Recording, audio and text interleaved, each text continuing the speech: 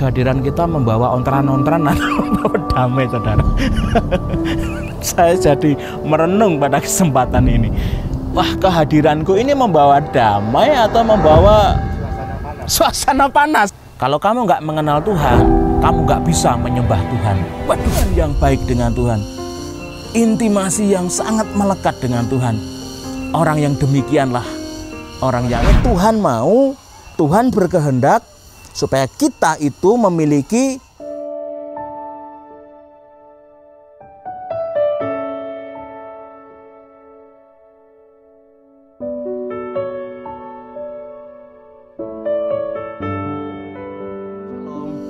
Bapak, Ibu, dan saudaraku yang dikasihi Tuhan. Kita akan kembali merenungkan firman Tuhan, namun sebelumnya kita berdoa bersama-sama supaya Tuhan boleh memberkati perenungan kita pada kesempatan ini, dan kita semua boleh dihibur, dikuatkan, ditegur, sehingga iman kita, hidup kita semakin hari semakin berkenan di hadapan Tuhan. Mari kita berdoa memohon berkat yang daripada Tuhan sendiri. Mari kita berdoa. Tuhan Yesus, kami akan merenungkan firman-Mu. Tuhan, tolong kami, kuasa-Mu akan turun atas kami, sehingga kami boleh Tuhan mampukan untuk mengerti apa yang menjadi kehendak Bapa, dan tidak cukup sampai di situ Tuhan. Berikanlah kami juga kekuatan supaya kami mampu untuk melakukannya di dalam kehidupan kami, sehingga kami boleh merasakan kehidupan yang penuh dengan kebahagiaan yang sejati. Terima kasih Tuhan Yesus, kami serahkan untuk kami boleh bersama-sama belajar akan kebenaran firman-Mu pada kesempatan saat ini. Di dalam nama Tuhan kami Yesus Kristus kami berdoa. Haleluya. Amin. Saudaraku, kita buka Alkitab kita saat ini dari Injil Matius pasal yang ke-5, ayatnya ayat yang ke-1 sampai dengan yang ke-12. Saya akan baca untuk kita semua. Demikian firman Tuhan. Ketika Yesus melihat orang banyak itu, naiklah ia ke atas bukit, dan setelah ia duduk, datanglah murid-muridnya kepadanya. Maka Yesus pun mulai berbicara dan mengajar mereka. Katanya, "Berbahagialah orang yang miskin di hadapan Allah, karena merekalah yang mempunyai kerajaan sorga. Berbahagialah orang yang berduka cita, karena mereka akan dihibur. Berbahagialah orang yang lemah lembut, karena mereka akan memiliki bumi. Berbahagialah orang yang lapar dan haus akan kebenaran, karena mereka akan dipuaskan. Berbahagialah orang yang murah hatinya, karena mereka akan beroleh kemurahan. Berbahagialah orang yang suci hatinya, karena mereka akan melihat Allah. Berbahagialah orang yang membawa damai, karena mereka akan disebut anak-anak Allah. Berbahagialah orang yang dianiaya oleh sebab kebenaran, karena merekalah yang mempunyai kerajaan sorga. Berbahagialah kamu jika karena aku kamu dicela dan dianiaya, dan kepadamu difitnahkan segala yang jahat. Bersukacita dan bergembiralah, karena upahmu besar di sorga. Sebab demikian juga telah dianiaya nabi-nabi yang sebelum kamu." Amin. Saudaraku yang dikasihi dan diberkati Tuhan, tema untuk perenungan kita kesempatan ini adalah melakukan kehendak Tuhan.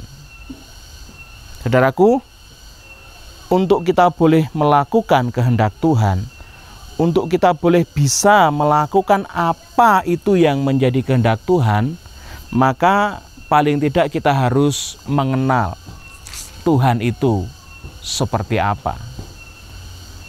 Dan pada kesempatan ini dengan tema melakukan kehendak Tuhan, kita juga akan belajar mencari kehendak Tuhan itu apa, sehingga setelah kita tahu itu, kita akan bersama-sama belajar untuk melakukannya.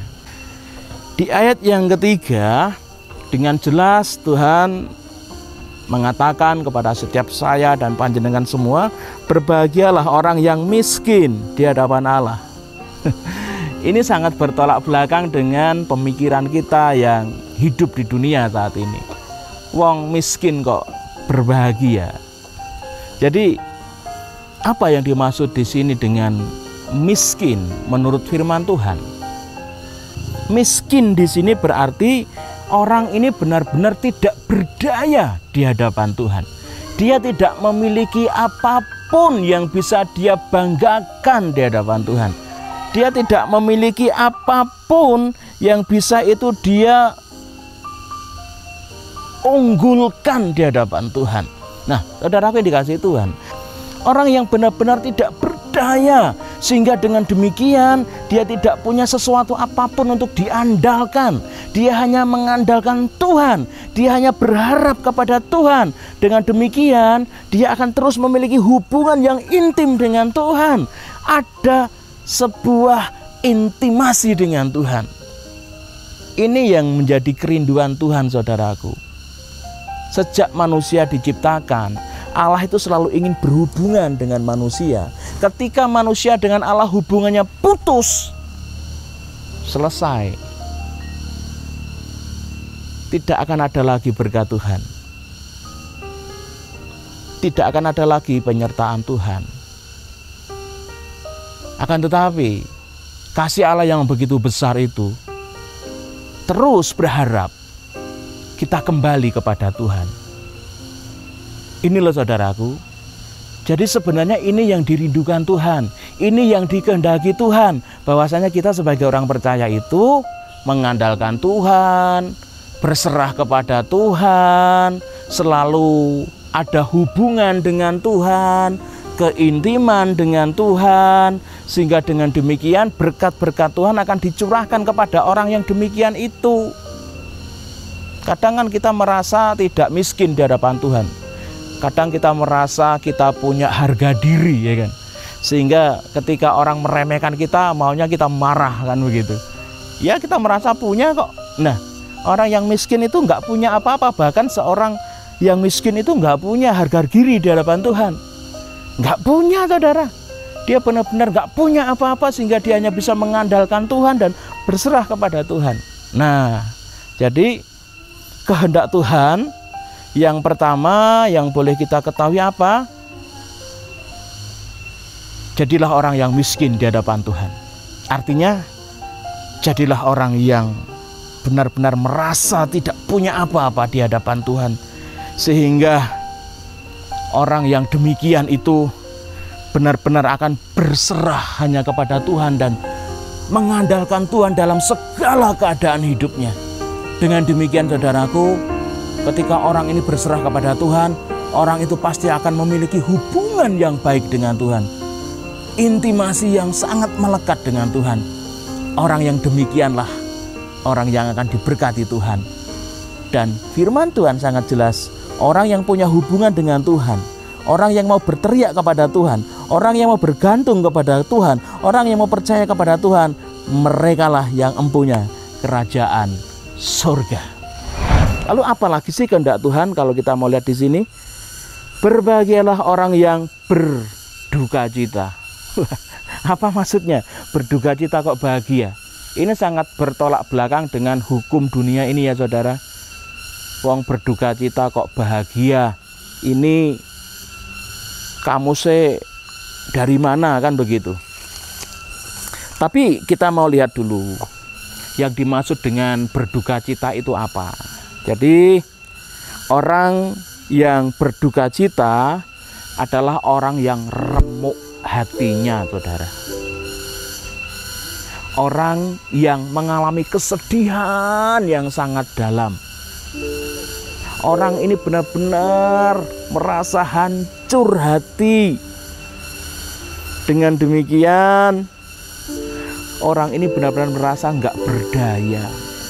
hampir sama dengan miskin tadi, saudara.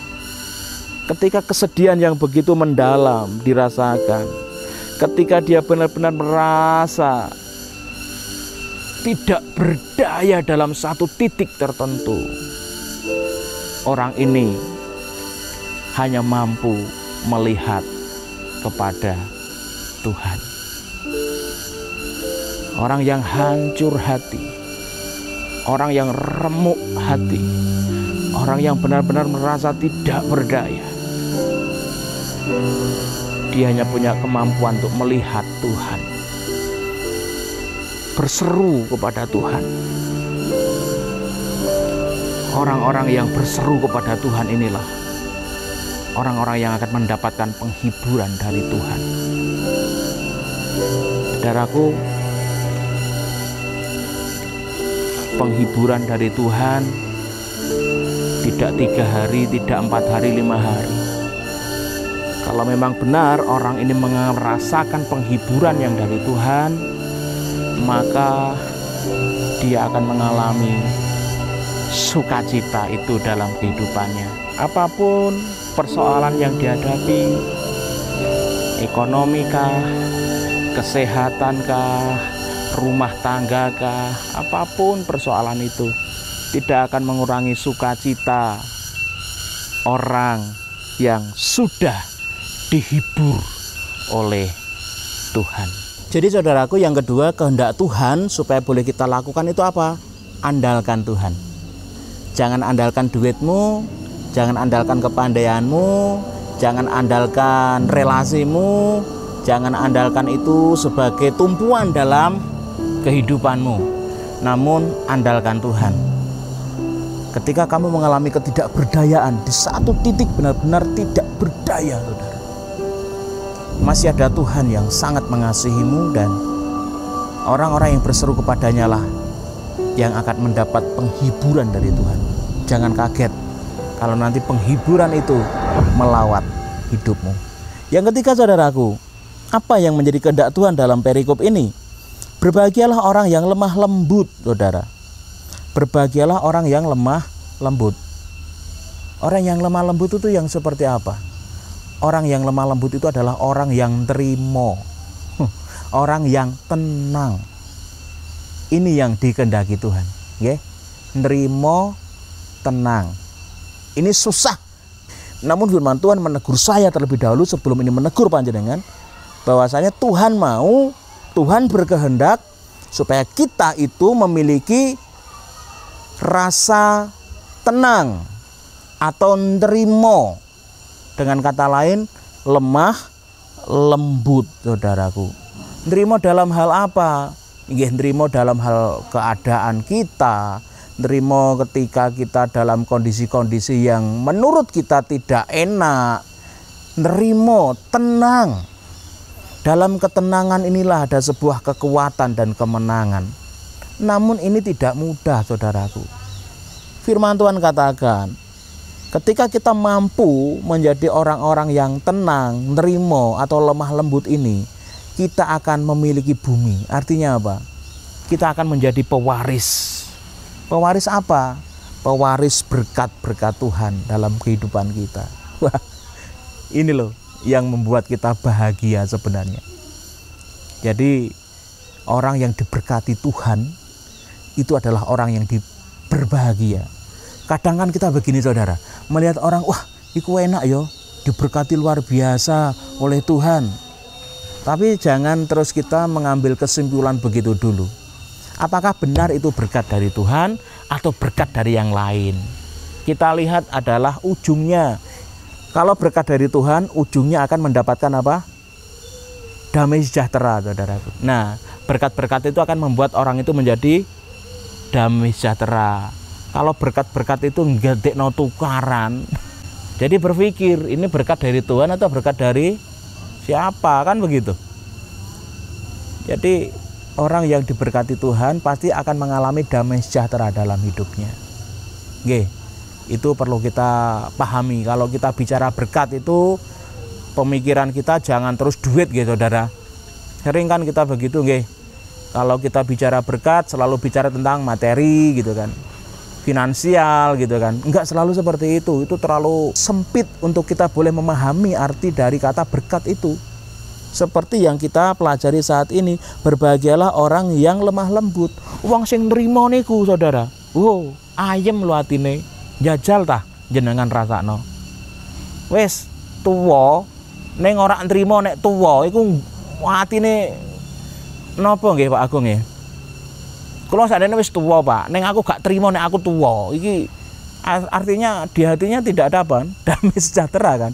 Ya kayak saya ini sudah mau 40 tahun saudara, neng saya nggak mau terima itu. Orang aku umur 20 tahun itu kan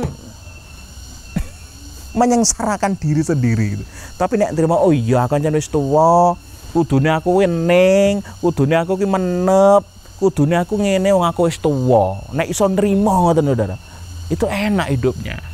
Apalagi nerima dalam banyak hal, nerima berkat Tuhan. Ya wis jenenge iki berkate Tuhan dariku, ngapain aku minta lebih dari Tuhan, kan begitu. Itu lebih nyes no ati saudara. Dan itulah yang disebut Tuhan akan diberkati Tuhan, orang-orang yang demikian ini.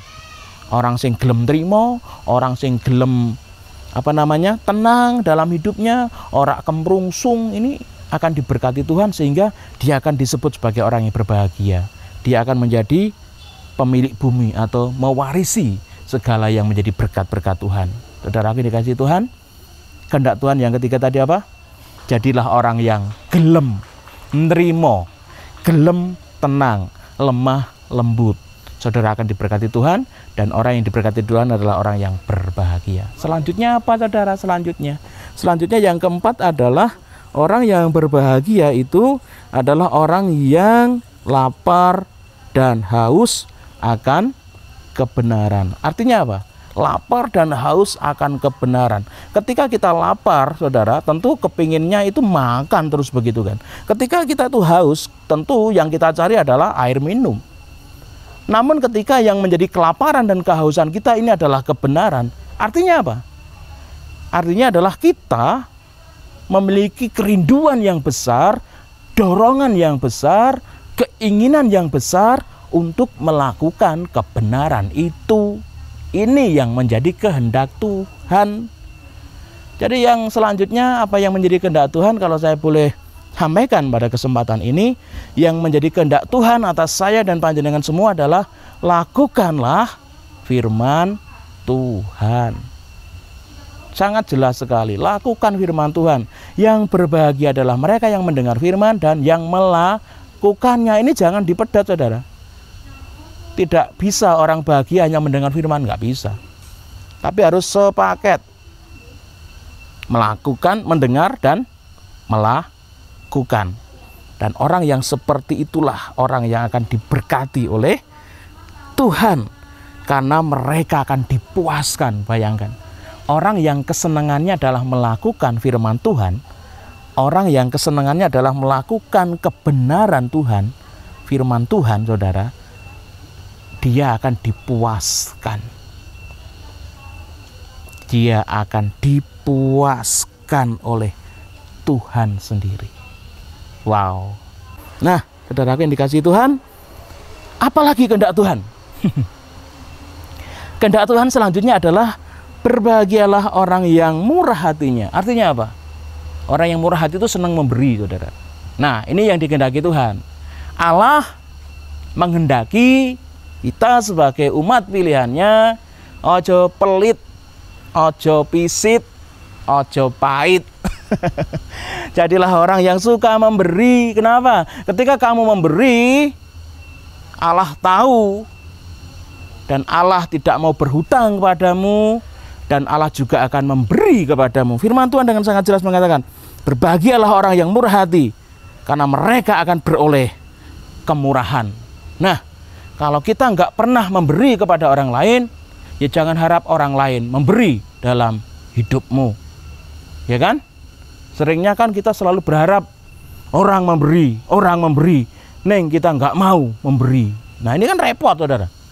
Dan Allah menghendaki pada kesempatan ini, kita sebagai orang percaya, kita menjadi orang-orang yang murah hati. Artinya orang yang mau memberi untuk orang lain.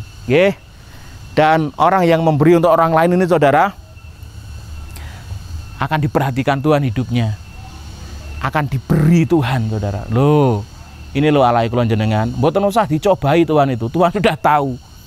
Wes, berilah dengan tulus, jangan ada tendensi aku tak aweh 10 engko ben Tuhan aweh aku 20, itu jenenge nyogok Gusti Allah.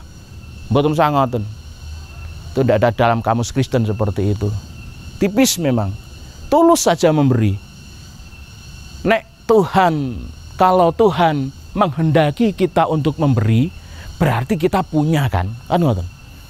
Karena Allah nggak mungkin meminta darimu sesuatu yang kamu nggak punya. Dan Allah mau supaya kita memberi orang lain. Nah, kadang kita takut untuk memberi untuk Tuhan, untuk orang lain. Ada alasan macam-macam lah, goeman lah, orang duwe lah. Bohong. Kalau Tuhan berfirman, berilah, maka kamu punya sebenarnya. Masalahnya tuh di sini loh. Di mana? Di sini. Di hati saya dan jenengan loh. Kadang pelit, kadang goeman, kadang guru mikir awake dhewe. Wong awake dhewe je kurang kok aweh-aweh wong, nggih boten. Tapi firman Tuhan menghendaki, berilah, maka kamu akan diberi lagi oleh Tuhan. Ora bakal entek saudara berkata jenengan. Paling ora teles lah. Talang berkah kan ngoten kan? Talang berkah, talang. Tuhan akan meneteskan berkatnya ke sini, dan ini talang saudara, talang akan teleset gitu ya, akan netes ke orang lain. Seperti itu saudaraku. Enggak mungkin Allah memerintahkan memberi ke orang lain kalau di sini enggak ada berkatnya Tuhan. Amin. Ketika kita dikehendaki Allah untuk memberi, berarti kita sebenarnya sudah punya apa? Berkat Tuhan tadi loh saudaraku. Amin. Angel muni amin. Amin nggih? Amin. Seringkali kita itu, waduh, mana berkatmu Tuhan? Memberi kepada orang yang sudah diberkati, sudah. Coba introspeksi hatimu di sini loh. Kadang awalnya tuh di sini. Banggroe itu mriki saudara. Pengennya kita tuh berkatnya Tuhan itu set ke sini semua. Enggak usah buat orang lain. Ketika orang semakin banyak berkat, kalau enggak mau mengalirkan berkat itu ke orang lain, bahaya buat panjenengan. Jadi penyakit ya Pak? Jadi penyakit Pak. Penyakit rohani itu macam-macam loh Pak. Sombong, gampang menghakimi, merendahkan orang. Kalau kita nggak mau alirin berkat Tuhan juga, kita akan banyak kena penyakit rohani loh Pak. Jadi sebenarnya sama sih. Makanya Allah itu baik loh saudara, mengingatkan kita supaya kita nggak jadi orang yang sakit secara rohani. Jadilah orang yang murah hati, suka berbagi, ampun, egois, itu akan menjadikan jenengan bahagia saudara. Berkat orang mung goro-goro duit, berkat itu orang hanya sekedar materi saudara. Namun ketika kita bisa memberi untuk orang lain, itu rasanya saudara. Rasanya gimana Pak Agung? Coba deskripsikan rasa ketika jenengan bisa memberi untuk saya seandainya Pak. Rasanya pripun Pak? Rasanya ya bersyukur. Bersyukur luar biasa. Itu nggak bisa dibeli dengan nilai rupiah saudaraku. Rasa yang seperti itu loh. Walaupun nggak dengan nominal yang besar mungkin. Tetapi ketika kita bisa memberi dari kekurangan kita mungkin ya. Tapi itu ada pada diri kita. Itu rasanya bersyukur banget, bisa jadi saluran berkat itu. Nah, rasa kayak gitu itu loh saudaraku. Itu sehat buat kita. Sehat buat iman kita. Iya kan? Kalau badan ini aja butuh jogging kan untuk sehat. Itu jogging rohani saudara. Memberi untuk orang lain. Ya. Jadi itu kehendak Tuhan. Wah, jadi panjang sekali Pak Agung nggih. Gak apa-apa ini Pak. Saya lanjut Pak. Lanjut. Saudaraku, apa kehendak Tuhan selanjutnya? Ayat yang ke-8. Berbahagialah orang yang suci hatinya. Nah, artinya Allah menghendaki kita itu memiliki kemurnian hati. Murni saudara. Di dalam mengikut Tuhan itu murni. Amin. Jangan berpikir atau memiliki tendensi aku tak nderek Gusti ya ben uripku diberkahi. Itu tipis banget itu. Motivasi dengan dengan apa ya? Dengan yang seharusnya aku tak nderek Gusti ya ben usahaku diberkati. Aku tak pelayanan nah, ben. Aku engko bisa untuk duit lu akeh. Itu tendensi saudara, itu sudah gak murni lagi itu. Kadang ujian sebuah pelayanan itu adalah kemurnian hati. Wih, kadang kita sudah berpikir, aku sudah melayani sekian, orang yang menghargai aku. Saya saudara, saya seperti itu. Kadang keakuan itu sangat dekat dengan diri kita. Kalau kita nggak hati-hati itu, wah, ternyata bahaya. Karena orang-orang yang nggak murni hatinya di dalam mengikut Tuhan, di dalam melayani Tuhan, dia nggak bakal kenal Tuhan, saudara. Jadi upah orang yang melakukan kehendak Tuhan, yaitu murni hatinya, dia akan melihat Allah atau mengenal Allah. Loh, ini loh saudara. Kalau nggak ada kemurnian dalam hatinya, wah, boro-boro kok mengenal Tuhan, saudara. Mengenal dirinya pun susah.